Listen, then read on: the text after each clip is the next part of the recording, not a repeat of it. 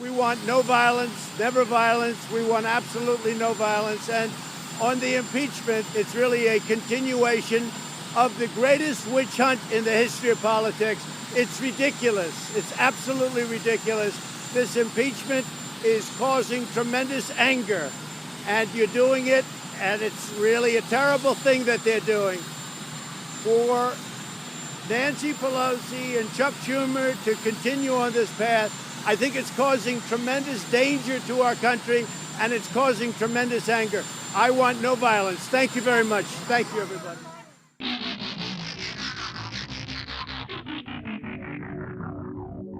Hello and welcome to What the Just Happened Today, your essential guide to the daily shock and awe in national politics.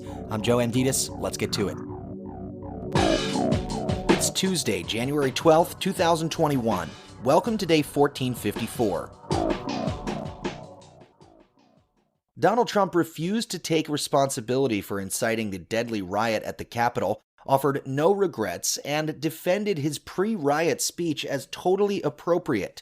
In his first public remarks since the violence last week that left 5 people dead, including a Capitol police officer, Trump deflected blame and called the effort by House Democrats to impeach him for a second time a witch hunt that was causing tremendous anger.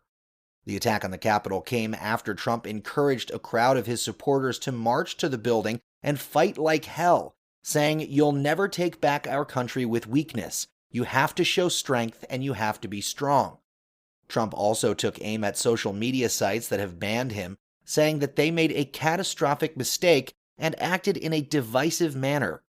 Trump then left Washington to travel to Alamo, Texas for a tour of a section of the border wall.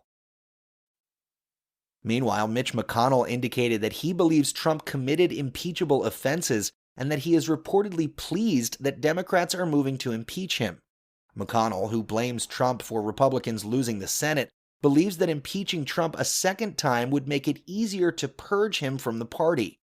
Kevin McCarthy, the minority leader, has asked other Republicans whether he should call on Trump to resign. Representative Liz Cheney, the number 3 Republican in the House, said she will vote to impeach Trump, saying that there has never been a greater betrayal by a president to his office and his oath to the Constitution. 2 days before the riot at the Capitol, the FBI warned that extremists were traveling to Washington to commit violence and war.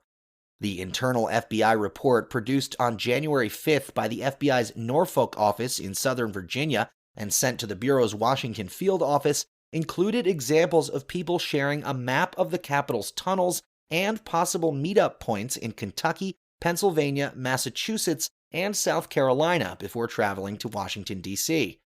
The report also said that an online thread discussed specific calls for violence, including statements saying to be ready to fight. Congress needs to hear glass breaking, doors being kicked in, and blood from their BLM and Pantifa slave soldiers being spilled.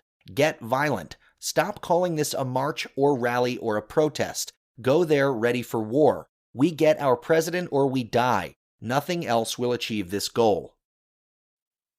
Meanwhile, Capitol Police briefed House Democrats about 3 more planned demonstrations in the coming days, including a plot to form a perimeter around the Capitol, the White House, and the Supreme Court to block Democrats from entering the Capitol so that Republicans can take control of the government. Another demonstration is being billed as the largest armed protest ever to take place on American soil. The pro-Trump extremists have also reportedly published rules of engagement. Trump, on the other hand, declared a state of emergency in Washington, D.C., citing the emergency conditions surrounding Biden's inauguration. Trump's order allows the Department of Homeland Security and FEMA to assist the city in any emergency response. There will be at least 10,000 National Guard troops in Washington, D.C. by Saturday, more troops than are currently in Iraq and Afghanistan combined.